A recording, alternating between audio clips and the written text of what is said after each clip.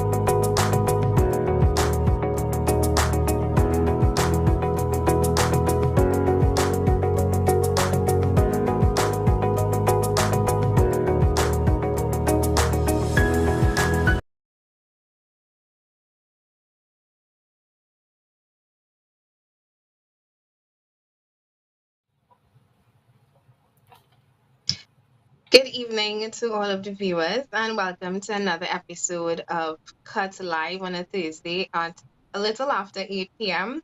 But we will explain why we're starting late this evening. My name is Felicia Hilda.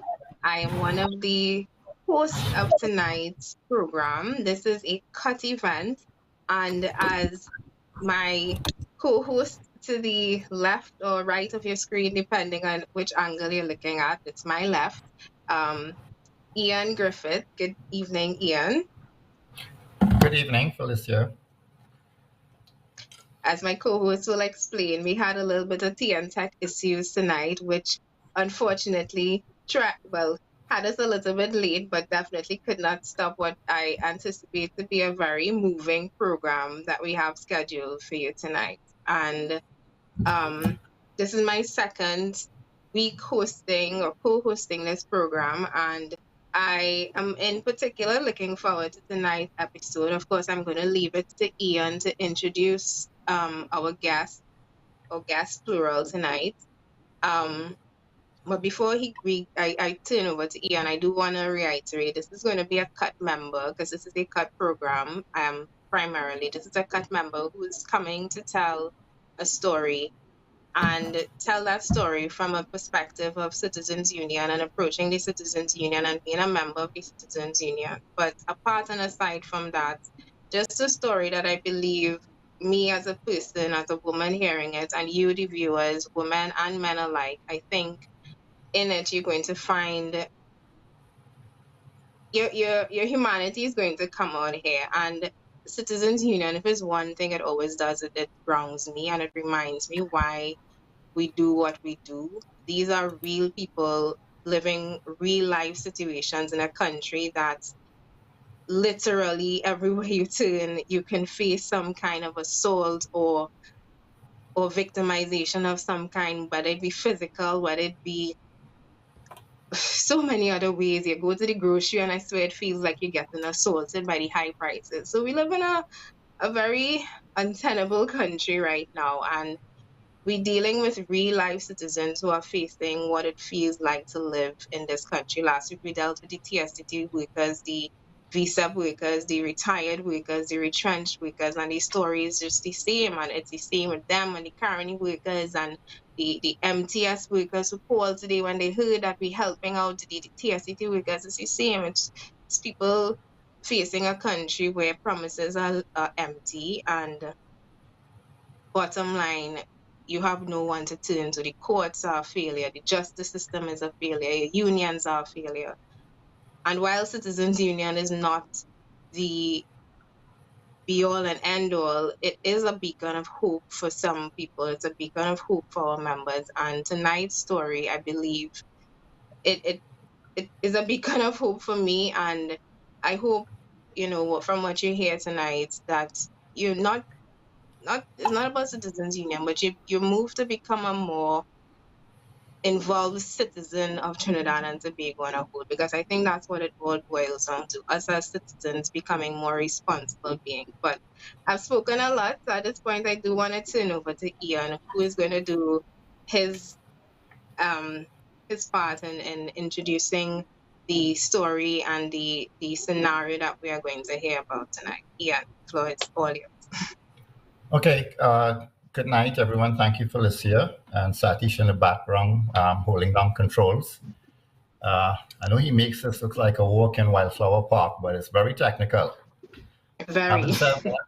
Having said that, this show is going to take a slightly different tempo from the last show, or the first show, or the second. Incidentally, this is episode 4, entitled Abuse and Abandon. So Satish, if you could probably just include episode 4 on the ticker tape. Thanks. In terms of introduction, I'm going to go straight to our guest, Abigail Date. And I don't want to add anything to it. I am just going to let Abigail tell you her story. And Felicia and I will interject only as and when necessary. So for those of you that have seatbelts, put them on. And Abigail, good evening and welcome to CUTT episode 4. And tell them about yourself and tell them your story. Okay, thank you, Ian. Pleasant good night to everyone. Good night. So my name is Abigail, and I am an estate constable at the Port Police Department with over 9 years service. I'm the daughter of Yvonne and deceased Simon. I am responsible for 2 beautiful children. I'm the wife of Ronald. And I am a citizen of this beautiful republic. So I'm going to tell my story, in a condensed version. I'm going to try to summarize it as best I can. So,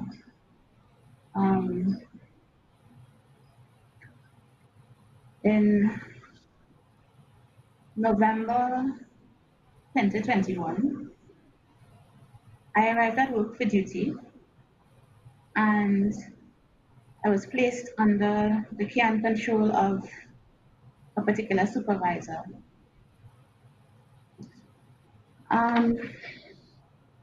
Bear with me because this is really difficult. On that day, this supervisor insisted that I enter a small room. I was forced, however, to respectfully decline because I became uncomfortable and fearful. Being in any locked or closed space with him. I took this position as the fear of a previous encounter with this said supervisor came flooding back. The horrible memories of 2019 just came back. And his intimidating type behavior,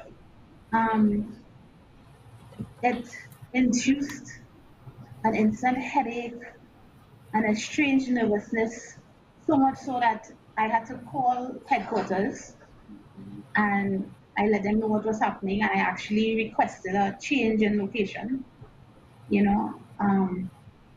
Unfortunately, the event of 2019 kept replaying in my head over and over. Now, reliving this event that took place in 2019, it is painful, disgusting, traumatizing, and embarrassing, I must say.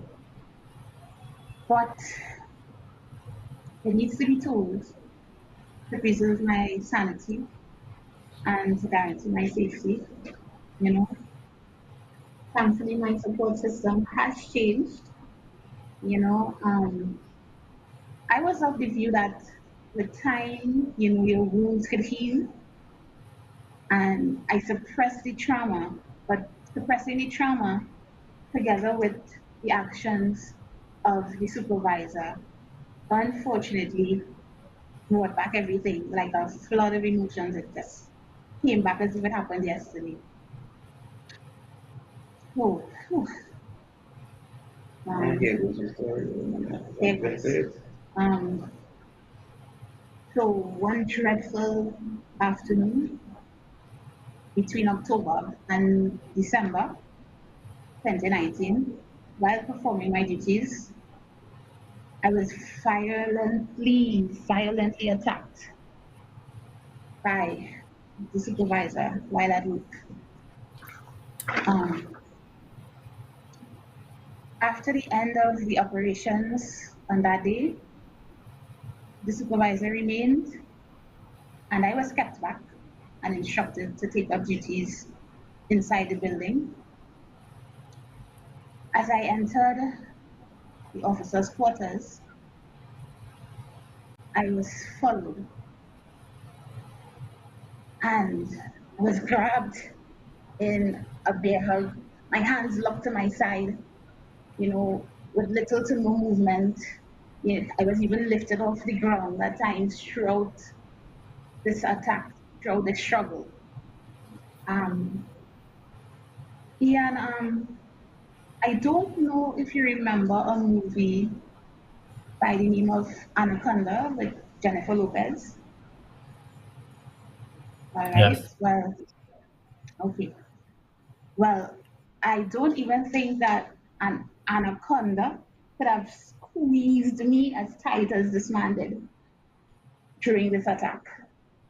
It was it was horrible. I mean, there were times when I could hardly breathe. I couldn't breathe properly based on how tight he was squeezing me. I could barely catch my breath. But my screams and inquiries together with trying to break free, it didn't stop his attack. You know, um, I I will never forget the words. I can ravish you here right now. Those were the words shouted by the supervisor whilst I was struggling and fighting for my freedom. Um, wiggling, wiggling temporarily helped me to break free, but it was short lived as he grabbed on to my hand. I was recaptured. And this time he tried to pull me into another room. Um, I believe that God, I must say, God came to my rescue um, because there was some sort of distraction. And when that distraction happened, I used that opportunity to muster all my strength and I pulled away from the supervisor and I ran outside into the open area. You know, an instant headache came on, became lightheaded. There were there were pains based on how he was squeezing me. My hands were sore and numb, and I I believe there was a look of horror on my face, a look of distress. I was so out of it because the people who arrived after the attack, I saw that they were looking at me with expressions of concern because I obviously normally wouldn't look like that because I was rumpled and I was really in a mess. Um, as I'm thinking about it now, I think that the supervisor may need help because if this behavior is left untreated, it could be very dangerous. Imagine I'm in an open area now where I'm thinking I'm safe, and again I'm approached by the supervisor with a sick smile on his face. He came up to me and discreetly said something about his vehicle and his fingers and my private parts. That, my God, that caused me to abandon what I thought was recovery mode, and I instantly gathered my items and I left the location hastily.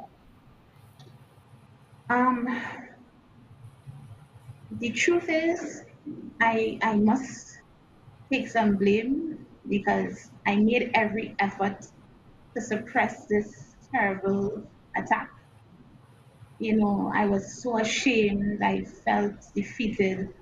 You know, I didn't tell my family, not even my mom, you know, and my poor doctor was working around the clock because I started falling ill and the doctor couldn't put his finger on what was going on. But um, after the attack, sometime after, about a month or so after, 2 months maybe, a level of calmness and peace came when the supervisor got transferred. Um, I tried to gather advice on how to proceed internally, but that was fruitless, which indicated to me that my matter wasn't deemed to be serious enough. Fast forward to today, I am wrestling with new developments, you know, my health, family, my finances, my job. It's taking a toll, you know, and not just me, but my husband as well. But I cannot continue running. Um, I would have written correspondence. I reported the matter, and now with the proper support, I seek help. You know, I must give credit to my doctor who made all attempts to ensure my recovery. You know, from blood work, the scans, medication, but it was only after the second incident in 2021 that is when I told it to my doctor what happened. That is when my doctor realized what was wrong. I was shocked actually when we found out that mental health truly affects your physical health. You know, so when a psychiatrist stepped in and started working with me, um, working to address the issue, which it was working by the way. The psychiatrist had to put me on leave for a short period to assist with recovery. Um, on my return to work though in March 2022, I was summoned to a meeting in an office where I was told that they recommended a cut in my salary and that dismissal, I was actually told that dismissal is possible. Um, which to me was like adding insult to injury. I couldn't believe what I was hearing. Um, so this is accommodate with the recovery. To accommodate with recovery, um, and the medication regimen. The specialist recommended daylight um, duties. Yeah, light activities. Yeah, daylight duties, which actually was working until the supervisor returned, and unbelievable, I was placed under his care and control even after writing to my employers for protection. Imagine as recent as May 2022, the said supervisor posted me to a location and then found himself at the same location to attempt to work with me, causing a major setback to my present recovery. Although it was brief, it was enough to cause harm. So I'm technically back at square one, back on leave, owing my employers money, and could possibly be fired with a debt to my employer and the bank, mind you, because I mean we all have responsibilities, loans, and so on. But in my case, sad to say, the victim became the villain. Although the matter is being investigated by the state and internally. I think that's it in a nutshell. It's really hard to relive again.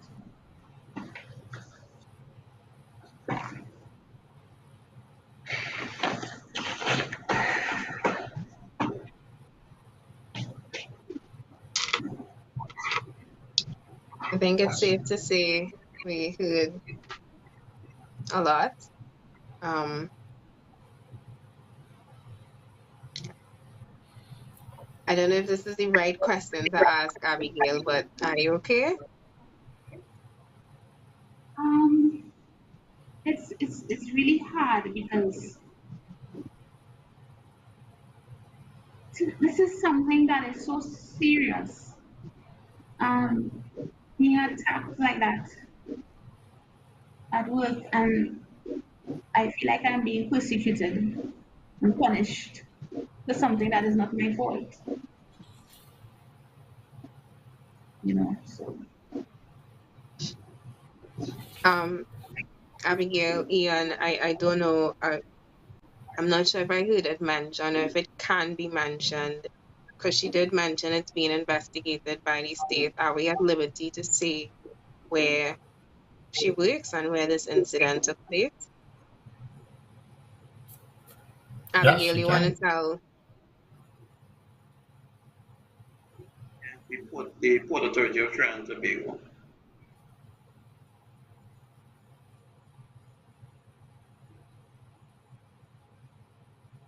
I made some notes while we were talking and while you were talking, and me knowing where this happened, knowing the overview of the story, this is the first time I'm hearing the details.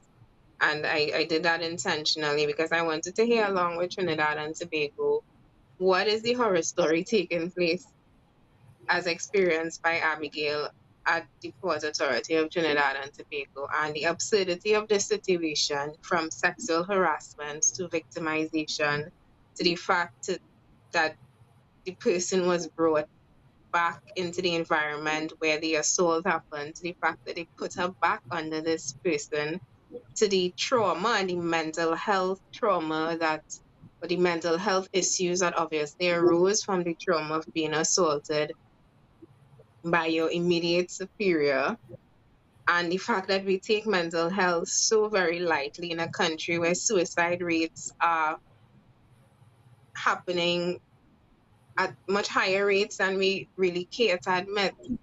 And that's going down a very dark path, but there are so many people struggling with depression and anxiety brought on by things like being assaulted, victimized, and harassed in the workplace. And those were just some of the things that I immediately thought about as I heard the story unfold.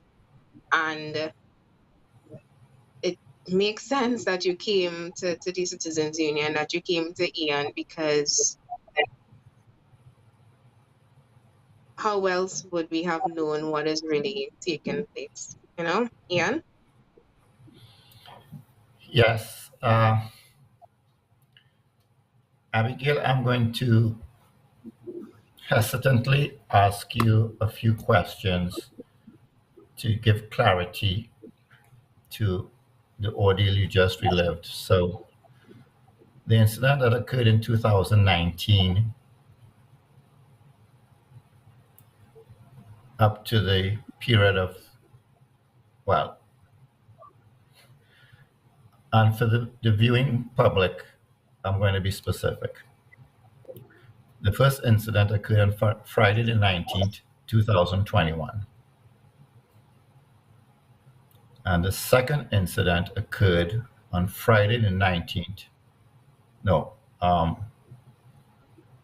no, sorry. The first incident occurred on December of 2019, and the second incident occurred in November of 2021. Abigail, between the first and the second incident, you alluded to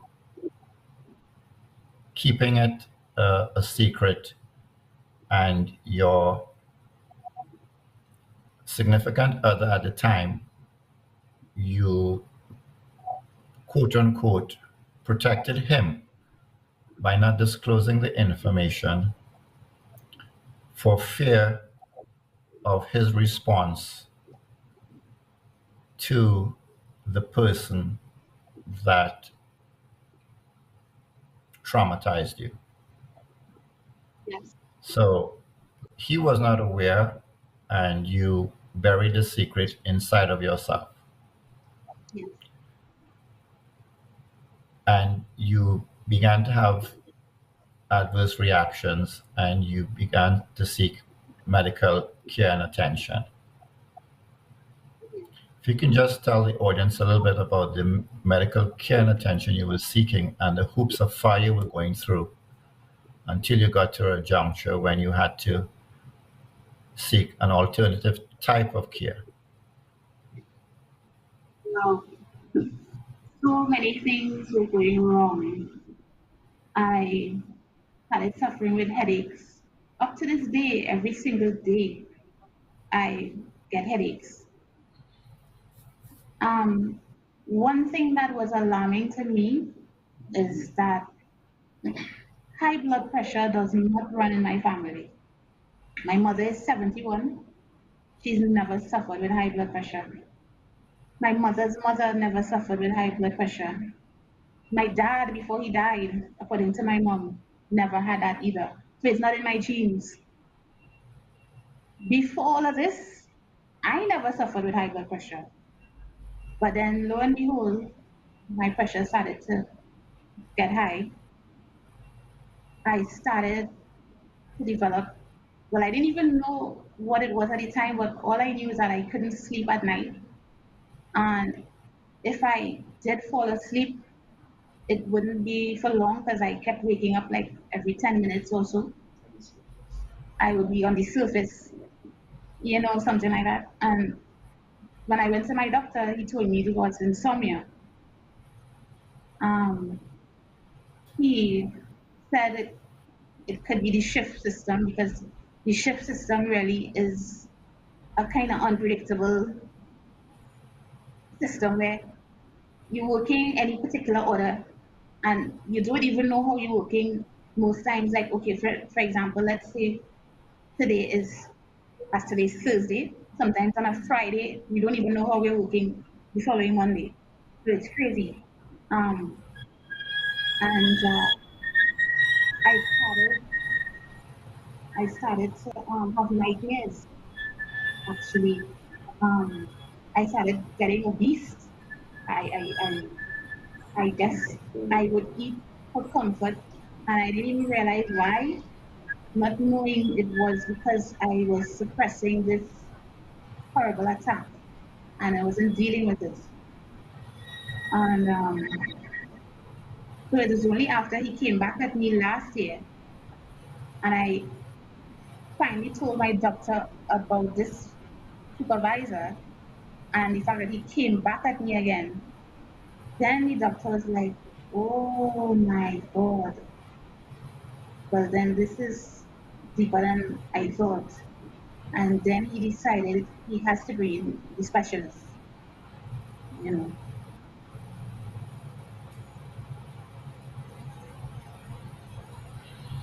Okay, so you went from a general practitioner to getting counseling with the support of a psychiatrist. Right. What recommendation did the psychiatrist make to your employer at that time?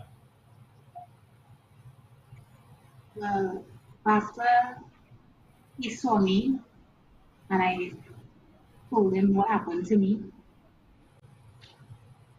he, can I say, let me see. No, thanks for that. Yeah. Well, Thanks. the reality is, I can't be ashamed of it anymore. The psychiatrist diagnosed me with having PTSD, and he put me on certain medication to help me sleep at night and to help with the anxiety and depression, the fear, and all these things.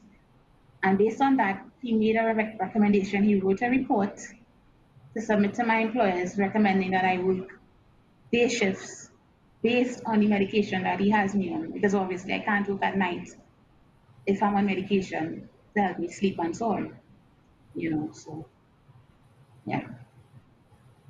Right. Did your employer acquiesce to his recommendation to allow you to work day shifts so as not to disrupt your circadian rhythm? Yes. Thankfully, I must say they took the report from the psychiatrist seriously and they did put me on day shift.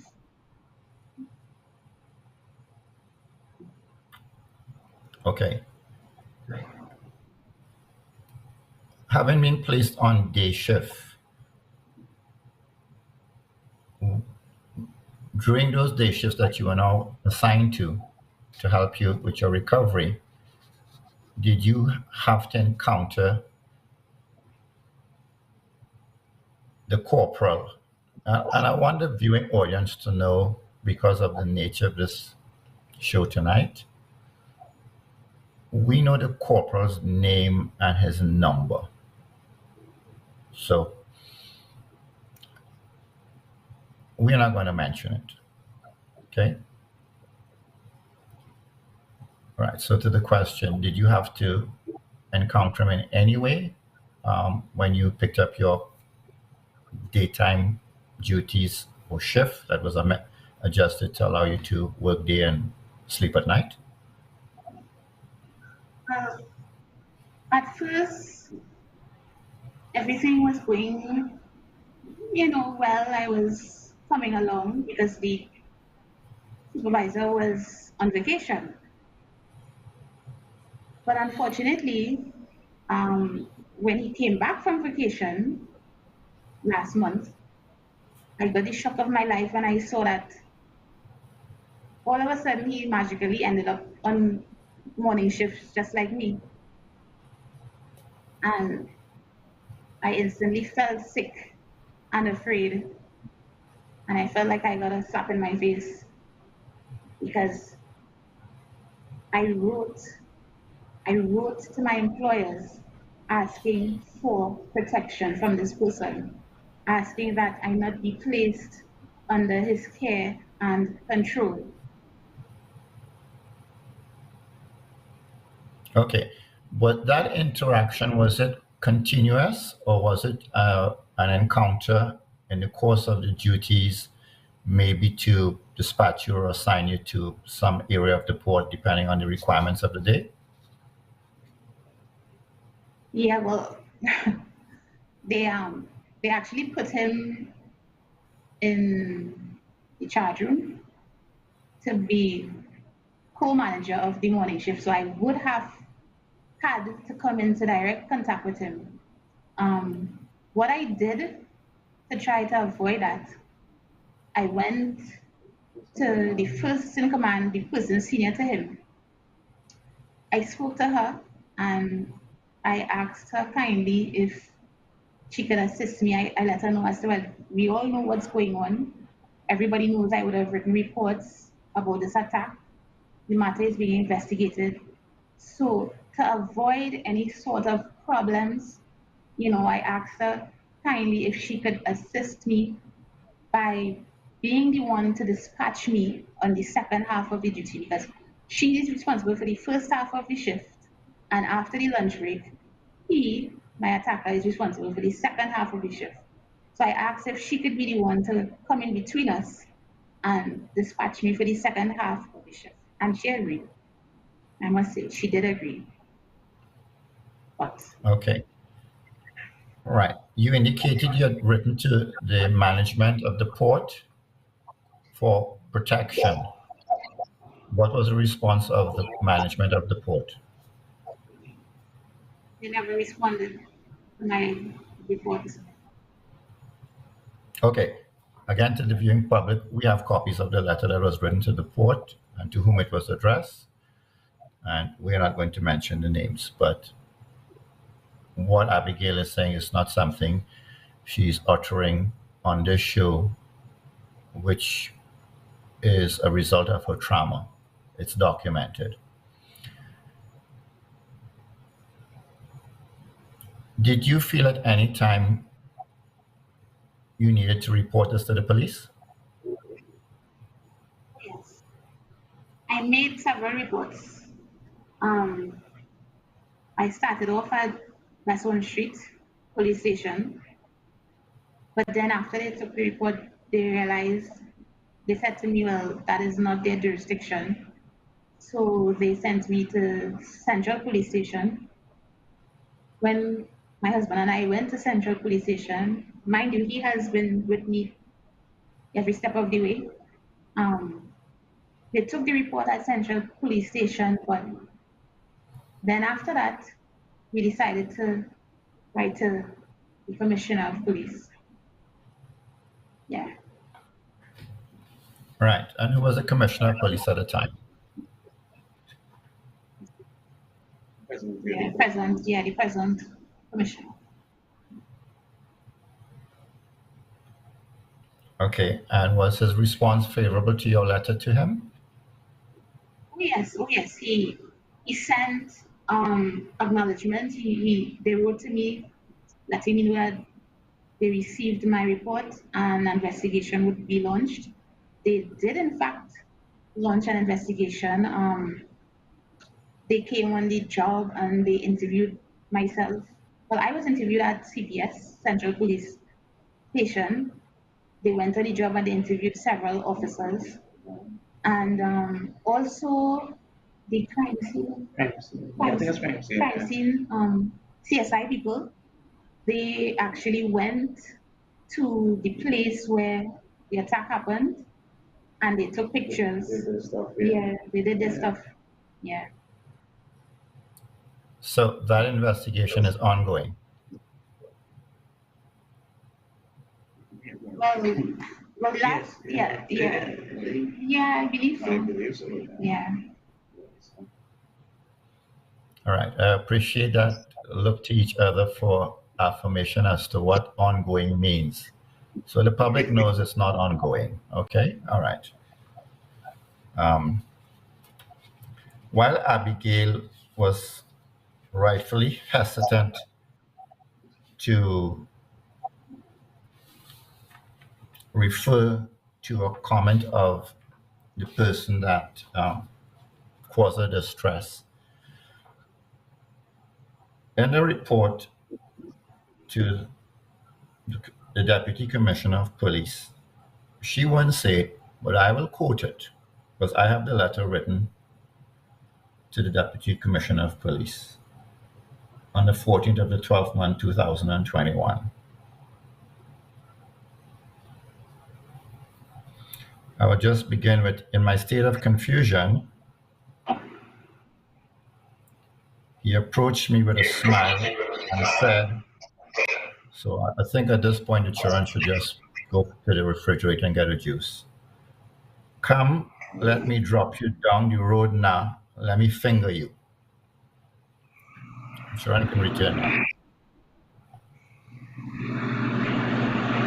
I would like to send a report to the Commissioner of Police.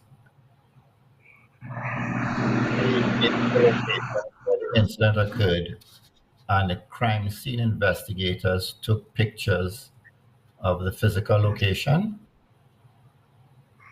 Yes. What is your opinion? Because I am prejudiced by crime scene investigation on television. So what were they trying to uplift? Was the area cordoned off with a crime scene tape and fingerprints uplifted? No. No. Well, I thought you would probably have something like a special victims unit that is the one that should have been dispatched to you. But they sent crime scene investigators. But actually, Yeah. my husband and I, we actually went to Besson Street, and we did see someone from the victim and witness support unit. Yeah. Yeah. And how is the support from the victim support unit? Well, they were nice, actually, I must say. The two ladies upstairs there, they treated me well. They listened. They gave me encouraging words. Yeah, I must give them credit. They were on top of their game. Yeah. You made reference to owing the company money. How does an employee owe a company money? Well, based on the fact that I had to go on sick leave, my psychiatrist had to take me out of the system to help me heal, to help me, recover. And I would have been submitting my medicals, always submitting my medicals. So what would have happened is the employer would have been paying me, but what I found out that when I returned to work, when I started receiving my pay slips, I started seeing huge deductions in my pay slip. And of course, it was reflected in the bank account as well. And then I saw also on the pay slip that they're saying I'm indebted to them probably around the figure of $40,000, somewhere around that amount. Yeah. But they just started taking huge, huge chunks of money out of my salary. So much so that when the money hits the bank and the bank takes their loan, sometimes I end up with $500. Last month, just going there, I ended up with like $400 and something. So how can a person survive on $500 and $400 a month? They never spoke to me or anything, asked me how much I could pay back.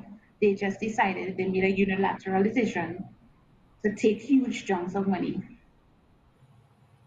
Right. So you've addressed letters, which I'm looking at, to the Divisional Manager, Human Resources, acting.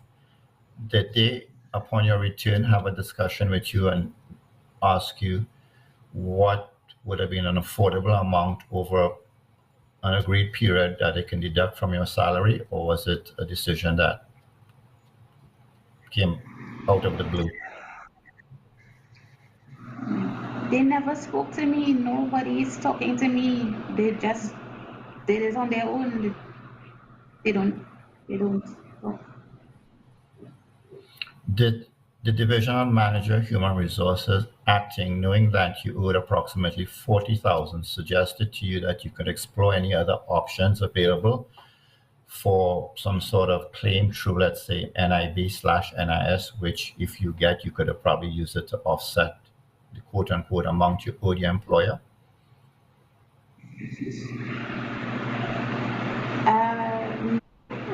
She never had any discussion with me like that. No. All right, so that probably explains the acting position. She doesn't know that maybe that's one of the things as a HR manager, given the trauma that you've written about and it's clearly documented, everybody's aware of it. It's hidden in plain sight, your situation, and no one is telling you to avail yourself of other services the state may have available to you. And I said NIS in the first instance because you would have been making contributions, and I presume there might be some form E2926 that nobody heard about, but she can have researched it, or he, until you go there. We will sign the corresponding documents. We will corroborate that, yes, you're in a situation that has required extended days of absence. And it's a little onerous on you to be surviving on $400 and $500. And maybe if you make an application to them, we can assist with the paperwork and support of that. But you answer that by saying no one is talking to you. So if no one is talking to you, that conversation is not going to arise. So the gentleman next to you, you refer to him as your husband. Yes, Correct? yes. But that's not the husband you were trying to protect in 2019.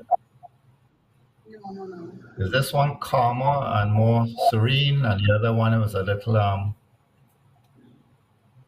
passionate?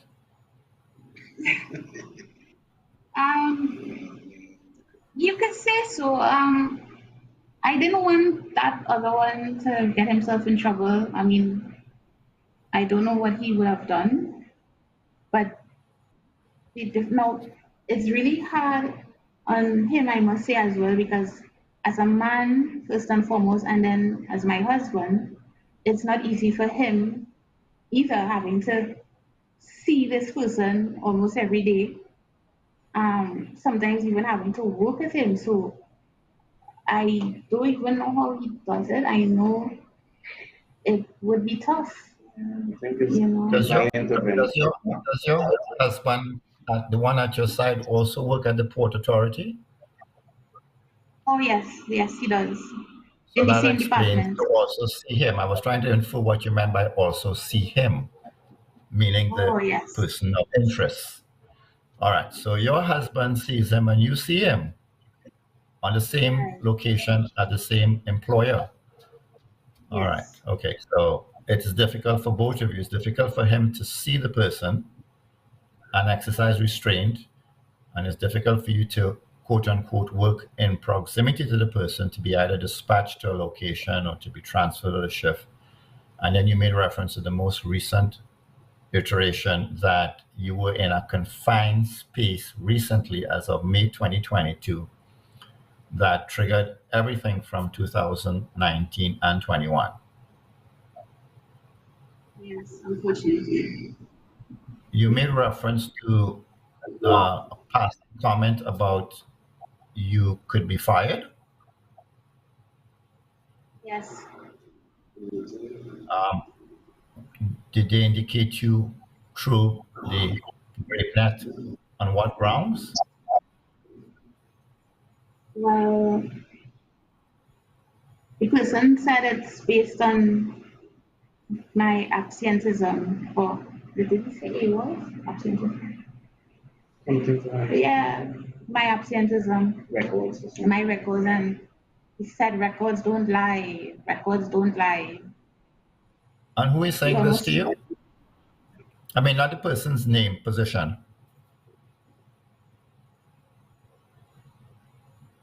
We see now. We the student command. The third in command. Okay, that's fine. Feeling coming is fine. Okay, so at this moment, as we speak, or at least not in the present moment of the night, but are you you're not at work at the moment, are you? Or are you on some leave of absence at present? Yes, my doctor has me on sick leave. Oh, yeah, because Yeah, because I have another appointment with the psychiatrist tomorrow actually. Okay. Yeah. And that's As I'm emanating speaking, from the most recent yeah, close encounter, or quote unquote, of the third kind. right. All right. So tomorrow, when you go, you may, depending on your counseling session with him or her, we don't need to know. Your sick leave can be extended. Yeah, again, but we don't know it because it actually was an emergency session. This specialist, we would appreciate, as Felicia was saying, that to me, like this special, we don't take mental health serious enough in Trinidad and Tobago, but it looked like there's like a limited group of persons or specialists that actually do this. So the idea was to actually get him, and I don't believe with his busy schedule, to get him to come out. So only when we see him and he does his assessment, then we will know for sure, um, yeah, what's going to take place next. Um, yeah. So if he extends the vacation based on the counseling session tomorrow, and he recommends an additional week or two to recover, her indebtedness to the port increases. Yeah, because she would have passed the threshold of days. Yeah, so it would. I'll be Right. owing them even more money. You'll be owing more Yep, money. yep. And when you say the threshold, I presume you're referring to a collective agreement. Yes, that's correct. And who is the bargaining unit? Then over to the Estate Police Association. And how have they been supportive of your wife in terms of any kind of intervention? Because they have a collective agreement in which they can probably look to clause 15, section 2, paragraph C. Reference to the union, I know we would have seek assistance through the union, or Abigail, I should say, during the period of when the doctor was trying to establish what was going on with her. So they would have gotten involved of the view, and to me, looking on, their response was a bit lukewarm with reference to that, so much so that we had to request authorization, and someone has been assigned now externally to treat with Abigail's situation at this time. So you request an authorization letter from your bargaining unit to get someone else to represent you, correct?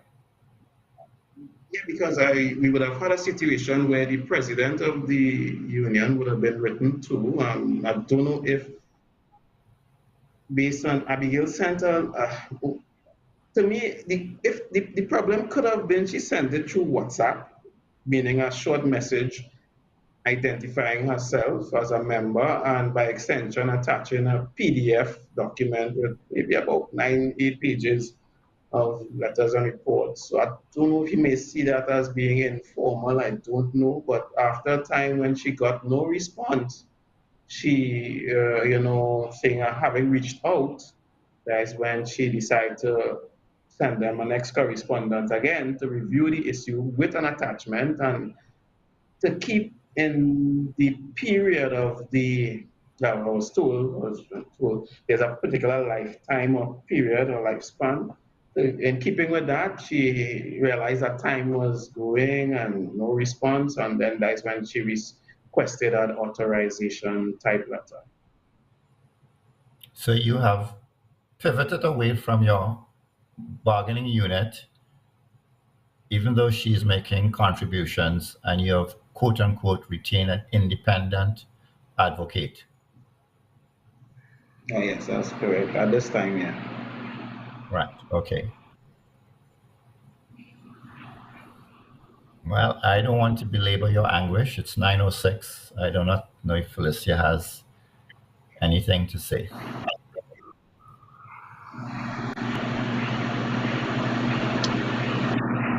In terms of having anything to say, I think, Ian, you brought out the aspects of the story that we were not that clear about or that required a little bit more detail, though hearing more just made it even worse. I think the fact that you have to pay for the trauma that was caused to you on the job is beyond unbelievable. And it makes me wonder where and what kind of country are we really living in. And it really seems one always, as usual, where the law-abiding citizens, the victims in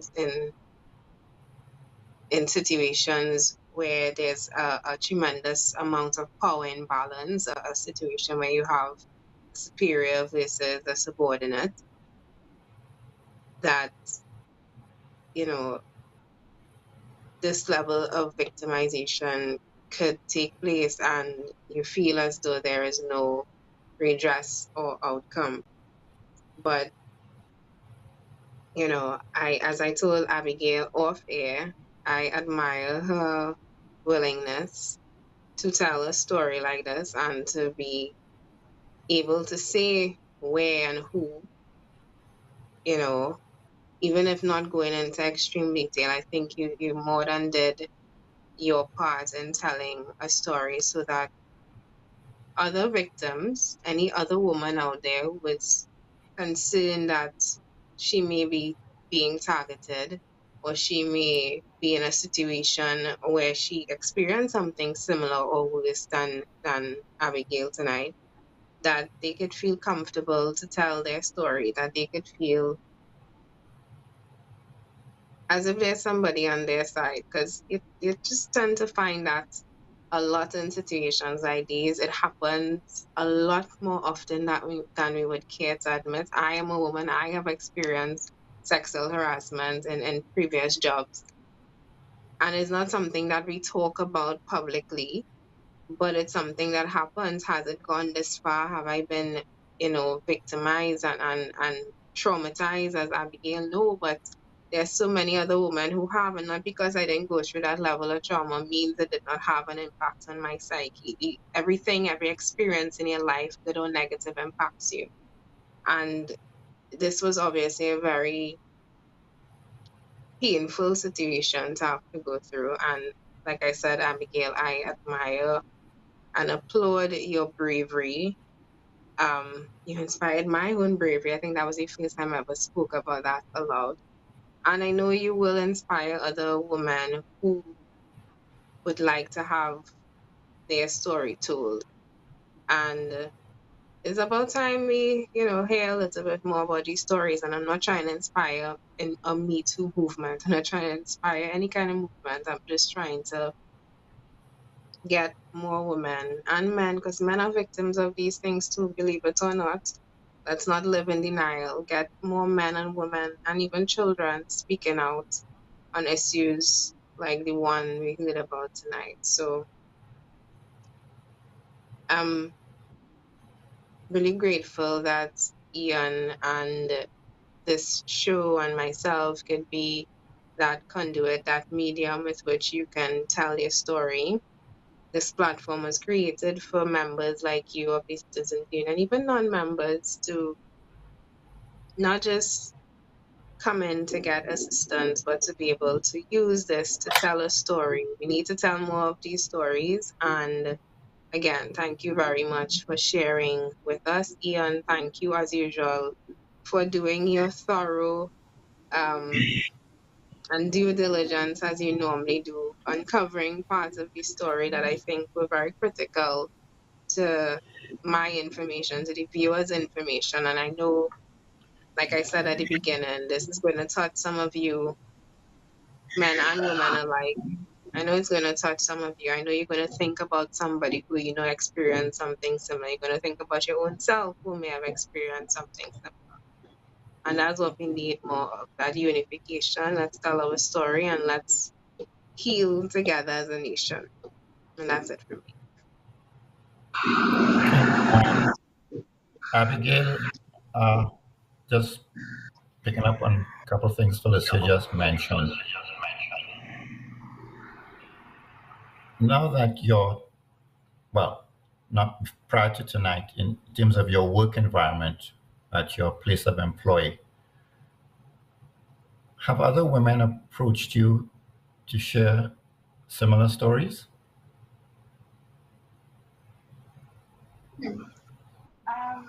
Actually, All right, we take that as an affirmative.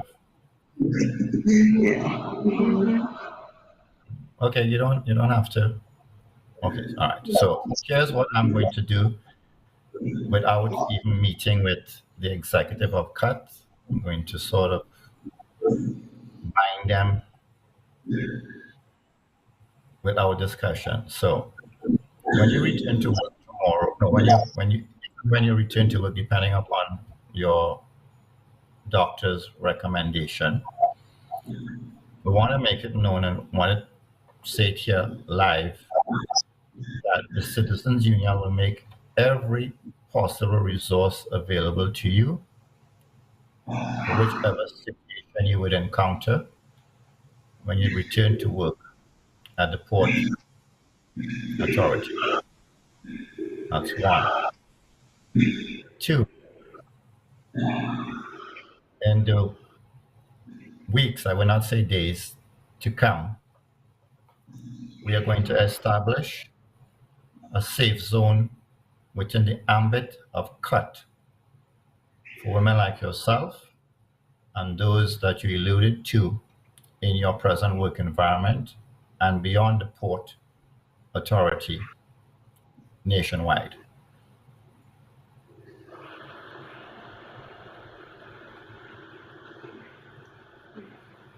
So, in other words, safe zones are back.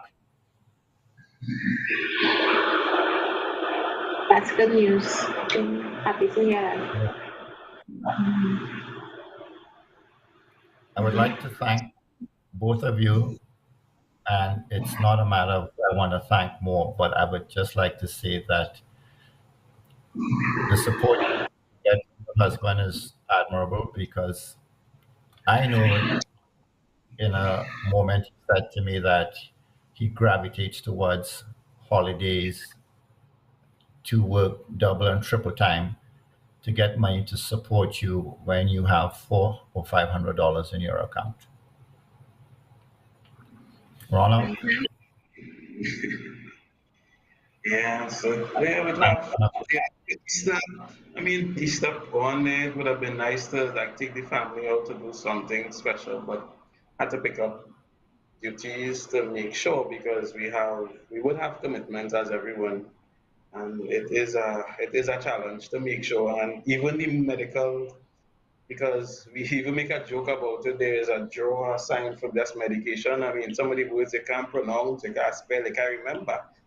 But you have to make sure that you take it as prescribed, or else you would have problems. And it really, it really challenging. And even as recent, because I mean, I want to put this point in too.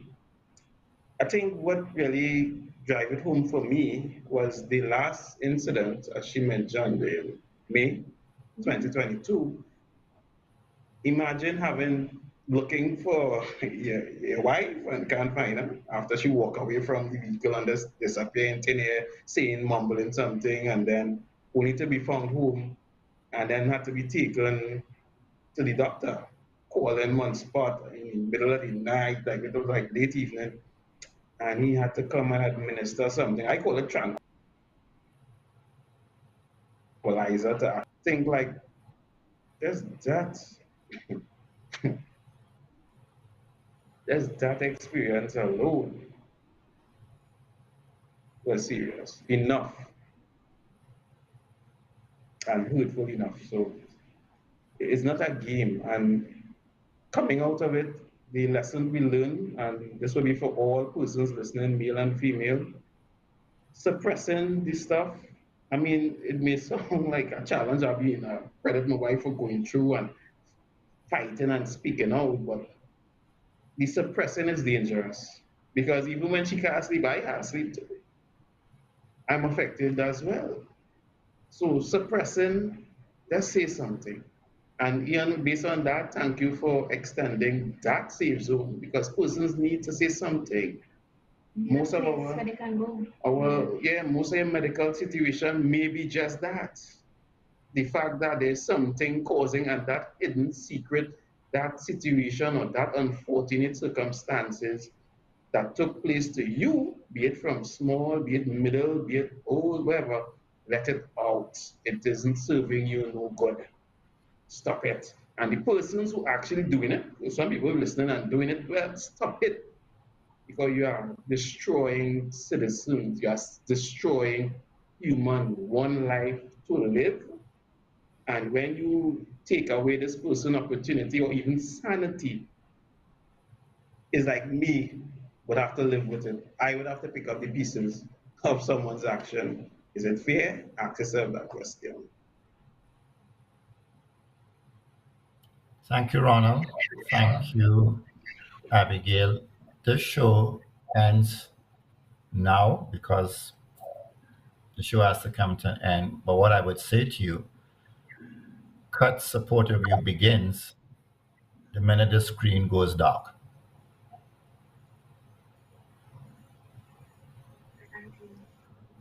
Thank you.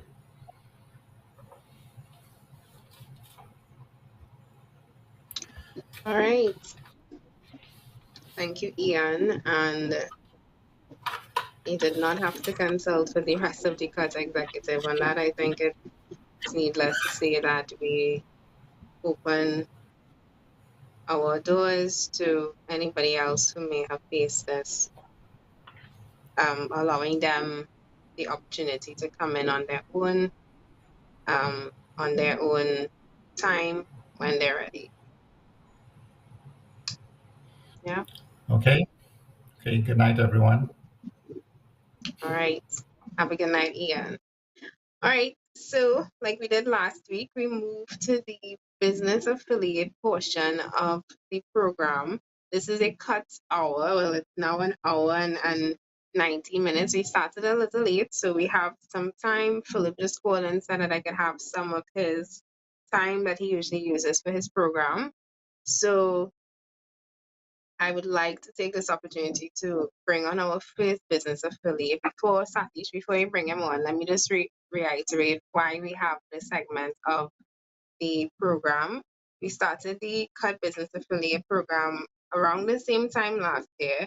And since then, we've been using our resources available to us now, this program, to advertise and promote our business affiliates, who basically are small and medium sized, and even some large vendors and suppliers and entrepreneurs and business owners to come on board with the Citizens Union and offer some discount or incentive or deal to our Citizens Union members who in turn use their cards to come and shop at these businesses. Last week we had someone who supplies, I can't remember the names, but somebody who supplies the stones for the pool and somebody who actually installs the stones for the pool and other things, landscaping, etc.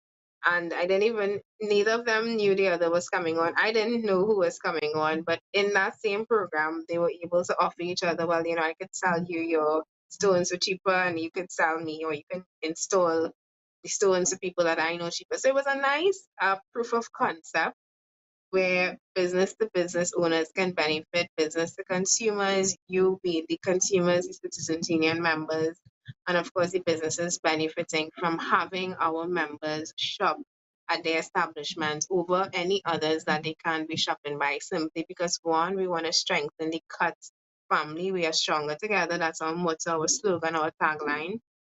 And two, because you're getting really nice deals that you may not get anywhere else. So without further ado, let me bring on our first business affiliate, Mr. Jerry, and I cannot pronounce your last name, so you're going to have to pronounce that for me, please. I do not want to insult you.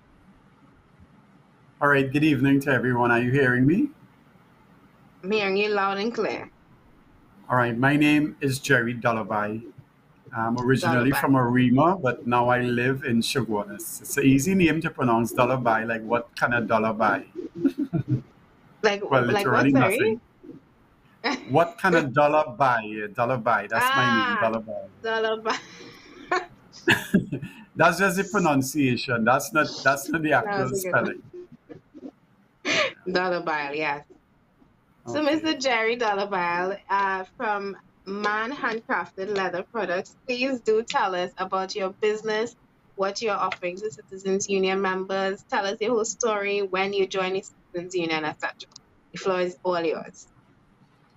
Okay, well, I would have joined the Citizen Union a couple of months ago as a regular member, and then I was offered the opportunity to upgrade to the business affiliate, which I did. My lettercraft, it's more of a hobby. I'm now retired at age 64, retired and real tired at the same time. So I am using this as an opportunity Jerry, I to have relax. jokes. I see in that already. And like might I just say, you look very young for 64. Good job. Well, thank you very much, thank you very much. And it started in 1998 as a hobby. My mom would send me to the grocery, which is in Arima, and there are these guys by the fire station Arima. They do the lettercraft work, and I would just pass by and look at what they are doing. And I noticed a trend developing that you see a process like one guy is cutting, another one he's stamping, and then they put in the actual items together. So I would have done a little bit of, as Trini would say, mako, and I mako these guys and see what they're doing until I decided one day to give it a try. And I went to one of the guys and I asked him for some material, and he told me he wasn't able to give me the material, but I can go down the street and there's a lady who sells the material. So I went to her and I explained to her what I wanted to do. And she told me that she sells in large quantities. But I said I didn't want all of that. I just wanted a piece of leather and a piece of rubber, and I would do something. So lo and behold, I was able to persuade her into giving me something. So she gave me a sample cut of everything. And I took it home and I looked at one of my sister's slippers and I tried to make or reproduce what I saw those guys making. A couple of days after, I took it back to one of the guys and I told him, embarrassing, and I'm feeling shame and embarrassed to show him it actually. And I told him, a guy is trying to sell me this. What you think about this? He said, wow, this is terrible. Give it back to the guy. I was waiting for that. So then he told me, look at it. This is wrong here. This is supposed to be like this, and this is supposed to be like that. And he was going like that. And I retained what he said. And over a period of time, I made certain adjustments, and I continued into 2000. I went a little further and I started to go onto YouTube and all these tutorials and stuff like that. And I was sort of like self-taught. And I started doing a lot more of the actual tooling of the leather, which I discovered on my own. I imported some tools from Amazon, very costly to us, but very cheap to the people across there. Like something for $20, when it's landed here, you pay almost $400, the taxes and import and stuff like that, and the conversion rate. So I just invested a couple $100 and I started this. I say I'm going to take it to the next level. I'm retired now about almost 2 years, and I decided I'm going to turn it into a small business.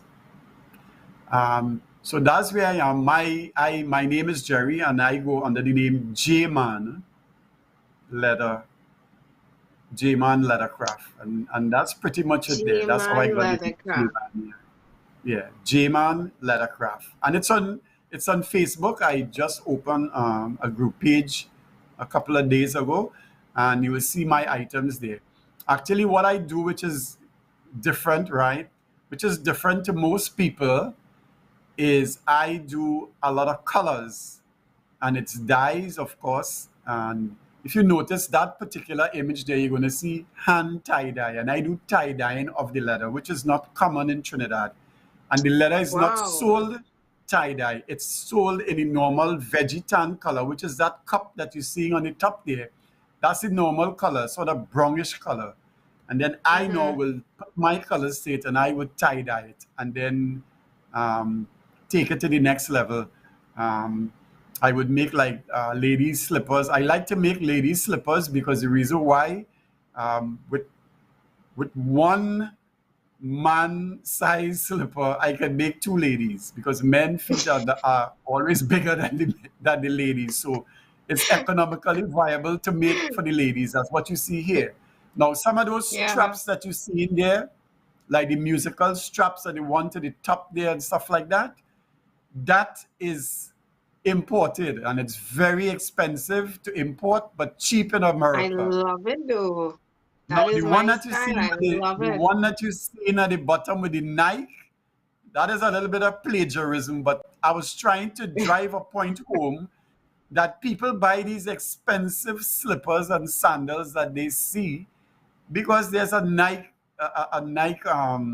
emblem on it. Take on it. And I am Yeah. telling them that I can make similar to that, but of course I wouldn't be able to do it because that's plagiarism. But I am Yeah. making the equivalent of it, and it's just as good.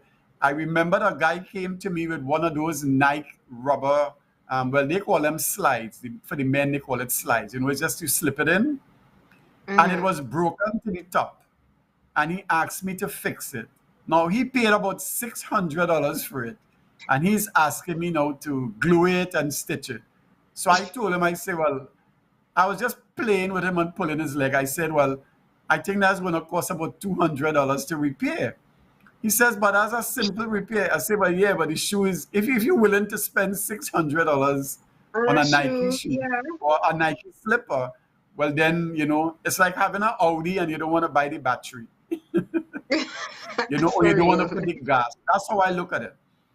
But pretty much where I am right now, I am willing, with the help of any organization or any group of people, where I can teach the lettercraft to young people.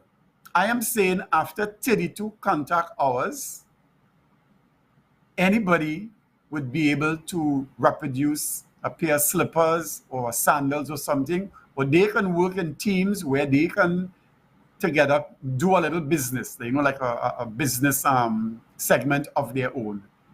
So I like teaching, I like passing on the ideas, and I like to see the joy in people's their eyes lighten up when they see, you know, something that they were able to make. Because I remember when I showed the guy what I made, I felt so embarrassed. And now, you know, I'm able to make, and I pass close to guys who make these sandals and slippers and stuff. And I don't want to discriminate or I don't want to disrespect anybody, but it's the same thing over reproduction of the same colors, just brown and black, brown and black. You don't see all the multicolors. And I am now offering that transition to the multicolor. And I think what happened is the reason why a lot of these guys are not able to do that is because when you buy the cheaper leather that is available locally, you're not able to dye it. My leather is imported. I don't import it. I purchase it from someone in Sangre Grande, and her leather is very expensive. But at the end of the day, when you apply the dyes and you do whatever you have to do, it's class work. Whenever I go and I show her what it is, she said, "Wow, this is nice. This is beautiful. I like the work.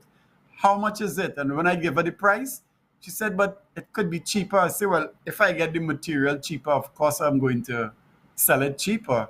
And then the talk just stops. She's not going to say anything because, of course, I'm looking for a discount there. Yeah. But lettercraft, as I see it, I am not seeing it in the younger people. When you drive around, you just see the same guys, you know, the bearded guys, the older guys, they're just into leather. And I remember going to one of the guys in Shogunas there at the market.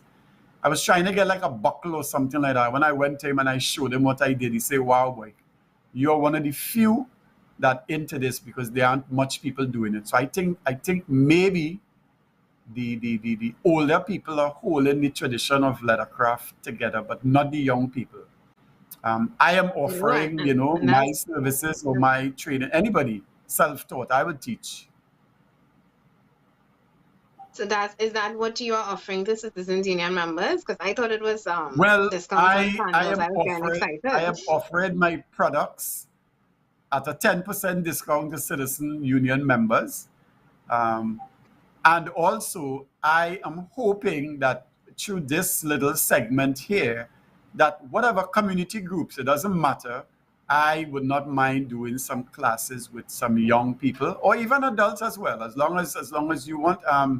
I am saying that I'm self-taught and it's a gift, and I am willing to pass it on, and let me see what people would do with it and enhance their gift or their learning or their training from this.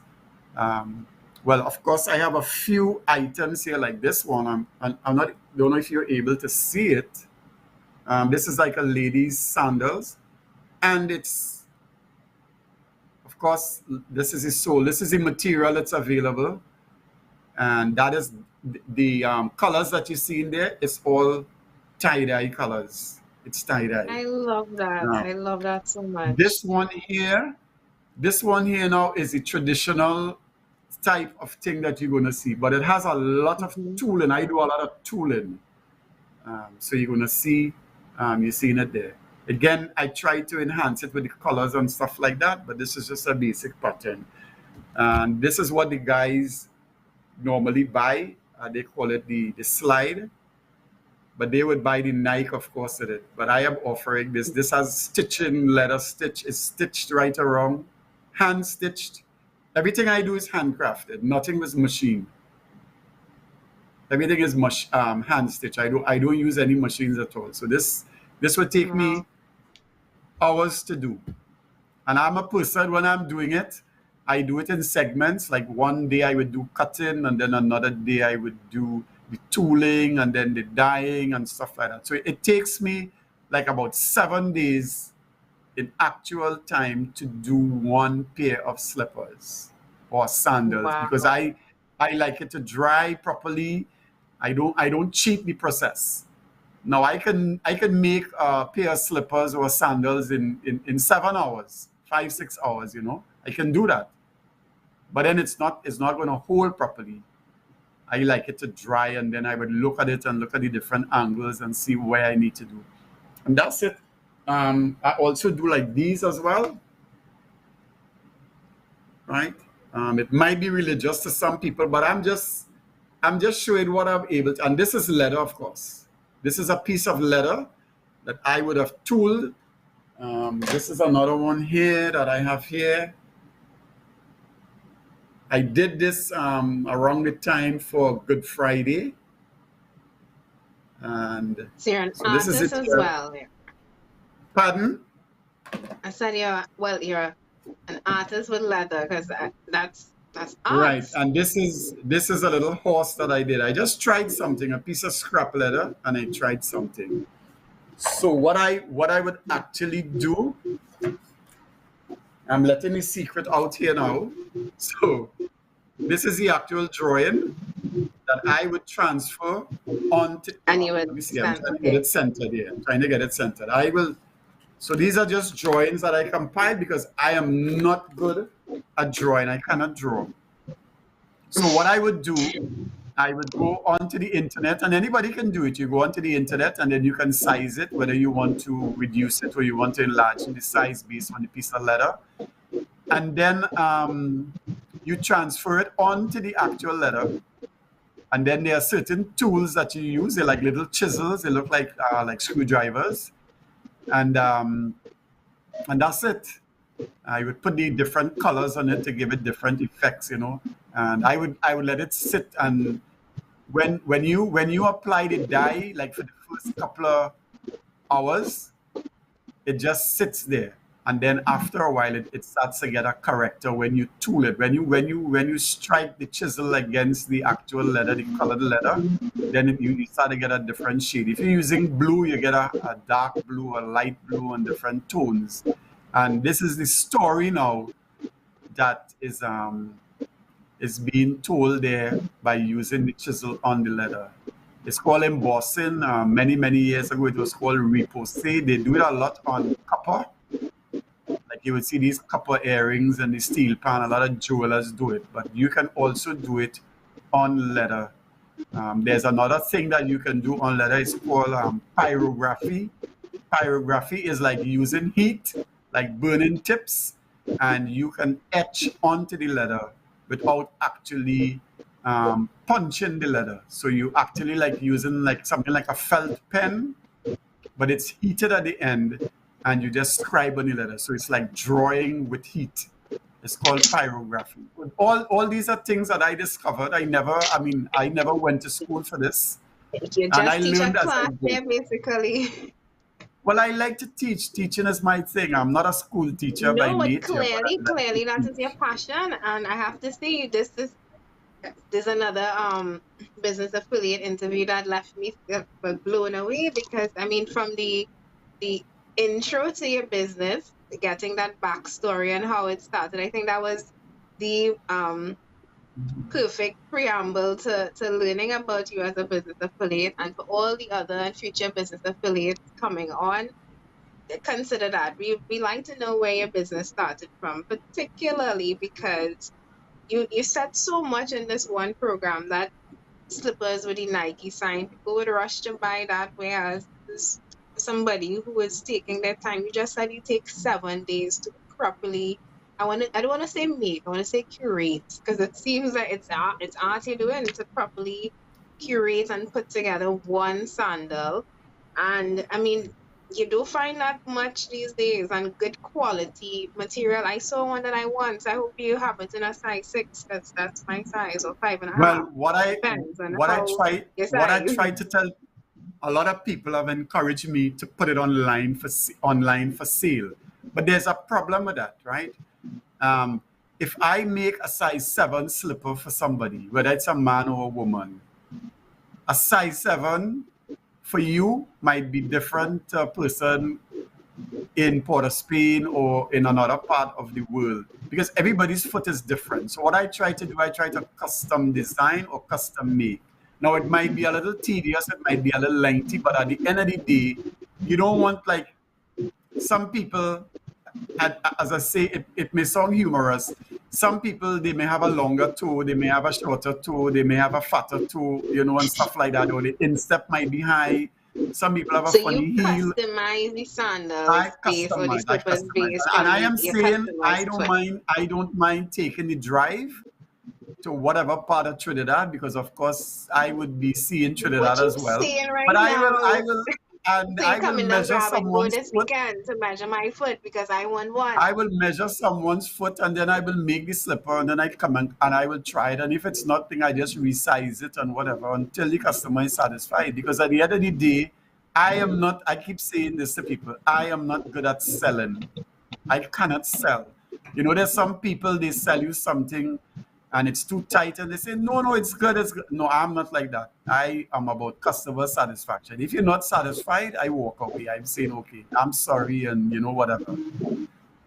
Because I think at the end of the day, if you are asking people to purchase something from you, it should be able to have a level of I don't want to say warranty, but it should be able to satisfy the price that you're asking for. And my items are underpriced. Exactly. They're underpriced, because what I'm seeing out there for like $400 and $500, I mean, I don't want to say it's not comparable, but I am seeing a lot of errors and and cheap work accordingly. But again, to each his own. I'm not knocking anybody. That's why I say I prefer to teach, because if I teach, at the end of the day, I am just passing on the knowledge. So I am hoping, I keep asking. I tried the ministry once through someone, but they are saying that because of the system that they have, you probably would have to go like Blanche shares and you do a class. The class would be like $80. They give you like $80, a stipend of $80 to teach the class. So imagine I'm leaving Chaguanas to drive all the way to Blanche shares to do a class, and they give you $80. I don't think That wouldn't be the gas, right? Well, I don't want to knock anybody, but I don't think that would fill the Mr. tank. Jerry, Yes, Mr. ma'am. Jerry from J-Man, what is a J-Man J-Man handcrafted? Leathercraft. J-Man Leathercraft. It's unlimited. I can do J-Man much more, leathercraft. but I just do the belts and I do like slippers and sandals and the plaques for now. But I Nice. can do much more. Yeah. Well, as for what you're doing right now, it seems like a very unique business, and unique from the point of view of you coming to make sure that you measure the client's fit correctly. The fact that you're offering your services to communities, which I think is very important. You're correct. You only see the older generations doing this now, and the passion with which you spoke about your work, it's something that we would want to see passed down to other generations. You want that knowledge to disappear with the ones who would have created it. And obviously, you have your own unique touch because you took your time to learn it your own way. And I hope people who are listening will definitely take your information. So I'll give you this opportunity now to let everybody know how they can contact you, because that's the piece of information that's most important now that we know about your business. How can they reach you? All right. Well, I'm on Facebook. It's a group page that I created. It's J-Man, J-M-A-N, J-Man Leathercraft. And also my contact number, my WhatsApp number, telephone number, it's 773-2736, 773-2736. And I'm accessible, I'm easy. I answer my phone 1 o'clock in the morning, 12 o'clock in the night. It doesn't matter. I'm retired, so I will answer the phone. Not It's me. all about happy customers, happy and satisfied customers. No, but that is customer satisfaction beyond par. I used to have my business hours, that's 24 hours, 24/7, thinking that people would use it as an opportunity to message me whenever they feel like. No, they did not take it like that. They decided to call. So when you're getting calls at 3 and 2 in the morning, you tend to change your hours. The fact that you are working with your clients' schedules, whether they call you at 3 o'clock in the morning or 12 in the day, I think people would appreciate that. But folks watching, please don't call the man at 3 o'clock in the morning for sandals. If you would like to get one, call at usual business hours, anytime, Decent, yeah, between 8 a.m. decent hours. As Yeah, they say, decent decent hours. hours. You But know, I unless say you true. you literally at 3 a.m. need a sandals Yeah. now. I mean, I can't see why you would do that. But Jerry, only because we have another business affiliate to come on, and we have Sure, just sure. under 15 minutes. I have to wrap up, but I want to say thank you so very much for coming on. I love your products already. I will be in contact with you to discuss how I'm getting my foot measured for my six size. Yeah. Anything to All right. say Well, before you go? well, thanks for having me on.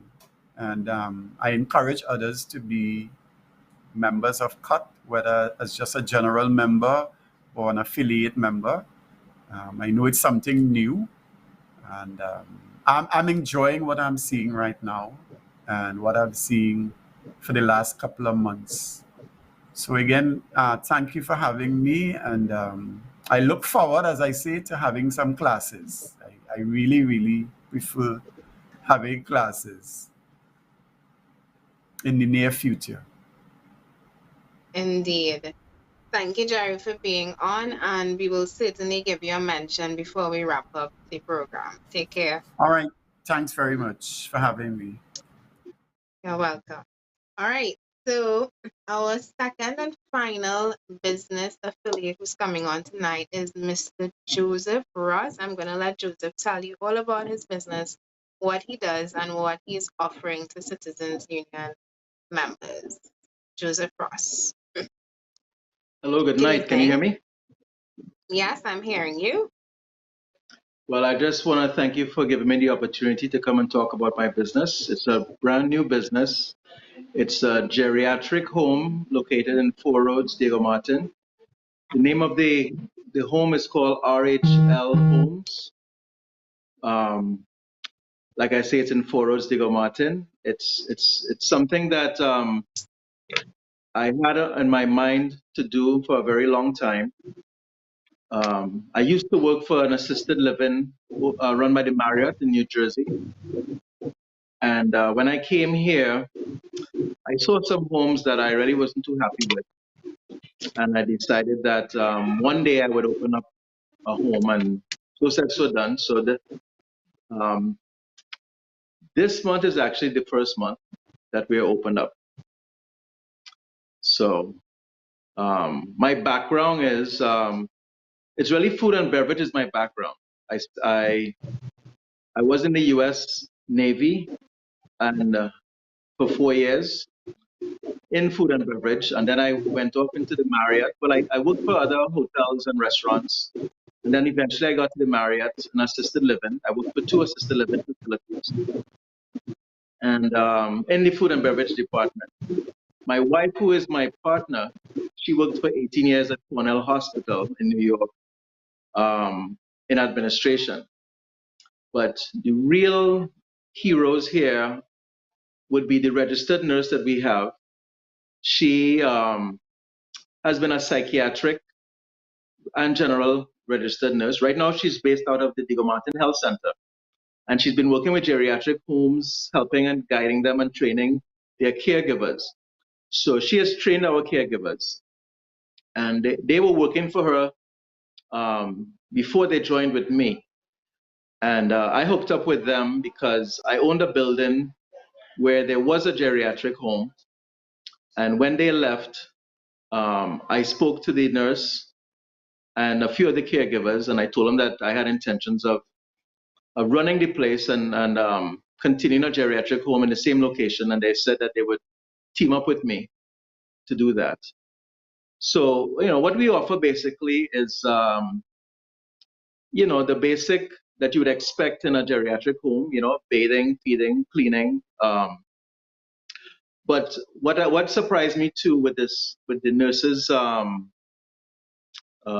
program was the details in which they take down every single vital measurement.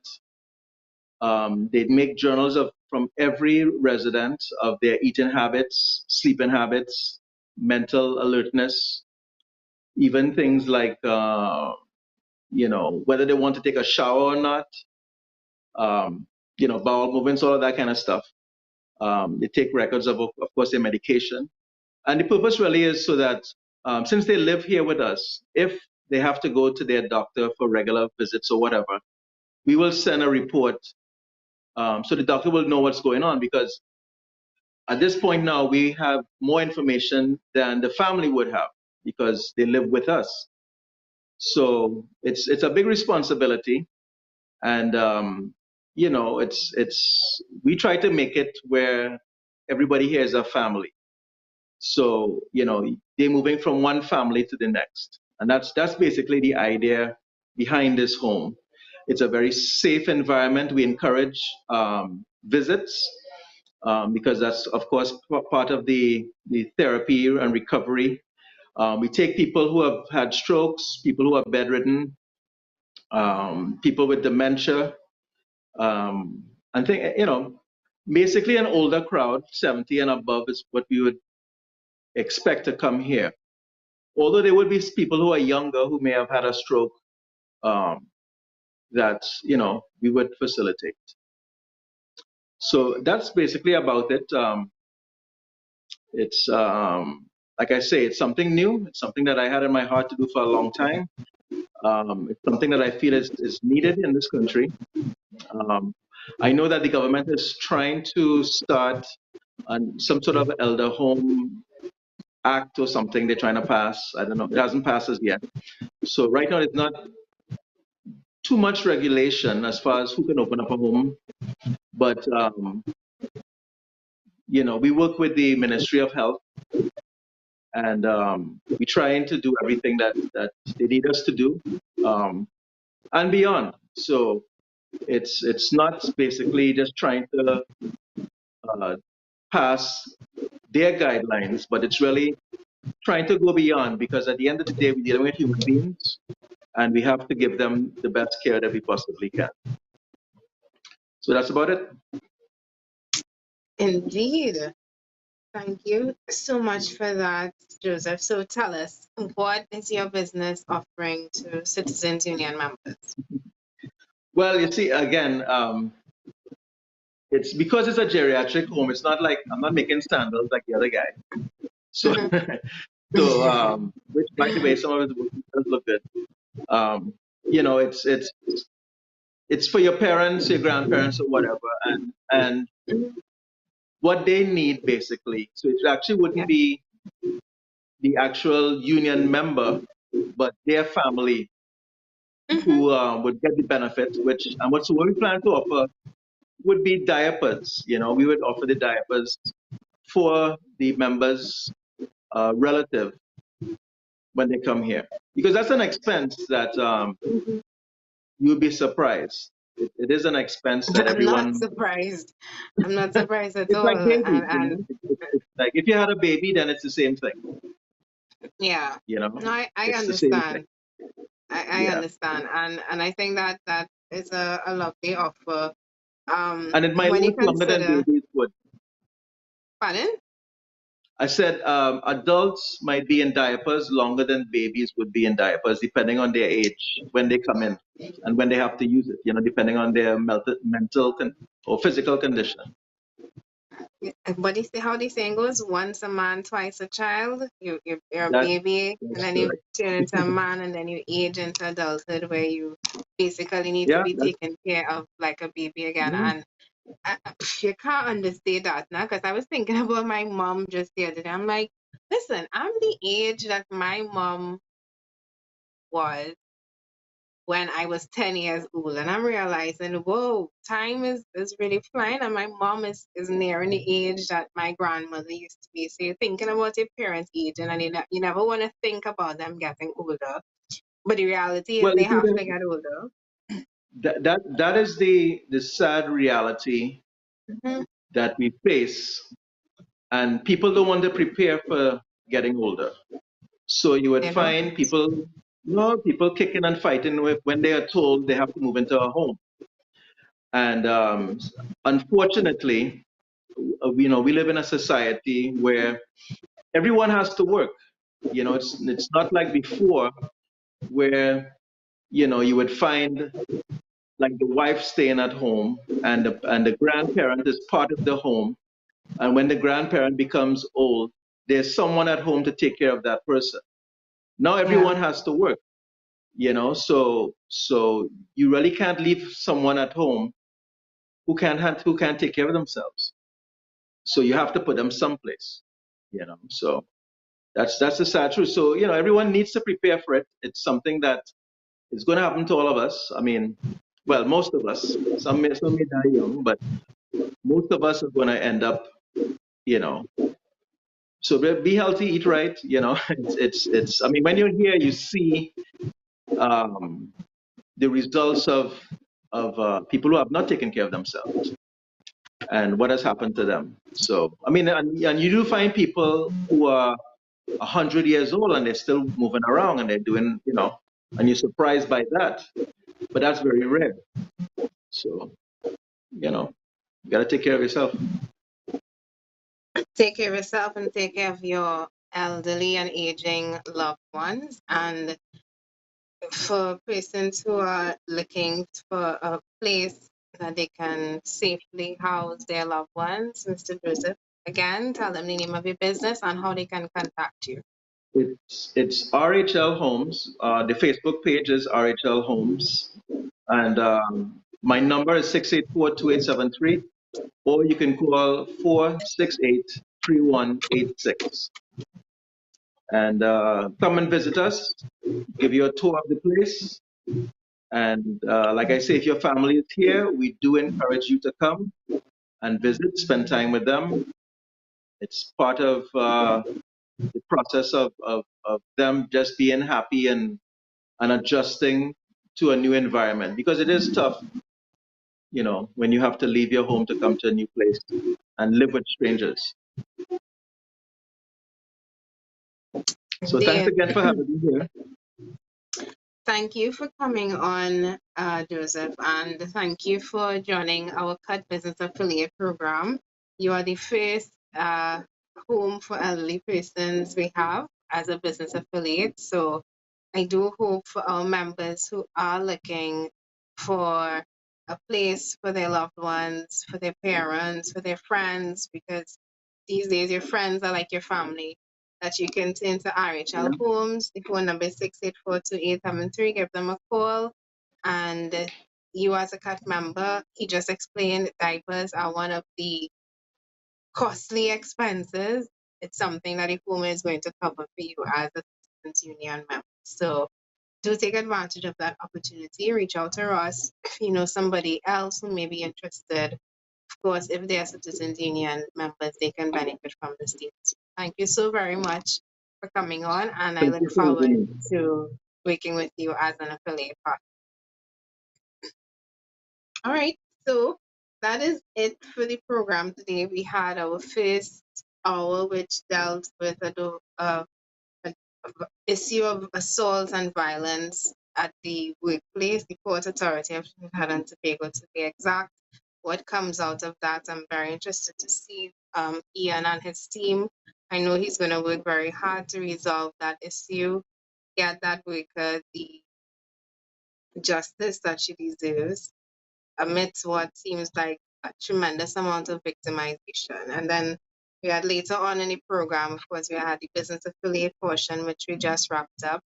Thank you again to J-Man Leathercraft, Mr. Jerry. Oh gosh, he's a how to pronounce it. You want to just, I'm not going to insult myself, but I will rewatch the video and learn how to pronounce it, because I have to call him to get size for my size 6 sandals. And then Mr. Joseph Ross from RHL Homes, who is offering a geriatric home service for elderly persons who may be recovering from the Ministry of Health. Persons who may be recovering from a stroke. He's certified and he works with the Ministry of Health, giving you the best, or giving your loved ones the best care that they can get. So if you'd like to reach out to him, the number is 684-2873. And if you'd like to reach out to the J-Man's Leathercraft, the number is 773-2736. Thank you everybody for watching yet another program. Philip was supposed to come on, but I think he abandoned me for a good cause to give me again some more practice with hosting this program, which again for the second week in a row I thoroughly enjoyed. I mean, today's story was a little bit heartbreaking, but it's good to know that there is a body like the Citizens Union which can work and advocate on behalf of its members. And then of course with the business affiliates, it's good to know that we are encouraging business owners, both young and old, as Mr. Jerry showed us tonight, that, no matter what age you are, you can still be very passionate about your business, about putting all that love into making your products that he put 7 days just to make one sandals. And then Mr. Joseph Ross from RHL Homes, of course, offering you the best care that you can for your loved ones. So thank you for being a part of this program. Thank you for having me as your host, and I look forward to next week's program. Take care until then. Bye. Trinity Lighting welcomes you to our store at 123 Western Main Road, St. James. Trinity Lighting carries a wide range of bulbs such as incandescent, halogen, CFL, and LEDs for any application. We are specialized in light bulbs and parts for medical, marine, residential, and commercial use. Contact us today at 868-628-8373. Our professional team is ready to assist you with all your lighting needs.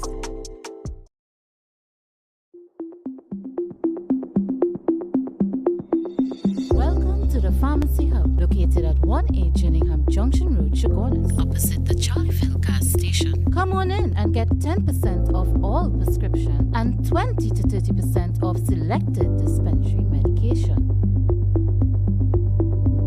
At the Pharmacy Hub, Hub, we have a wide range of over-the-counter drugs to provide the best quality of health and fitness to you. From personal care items to stationery and toys, the Pharmacy Hub has got you covered. The Pharmacy Hub, providing the best care at the best time to you.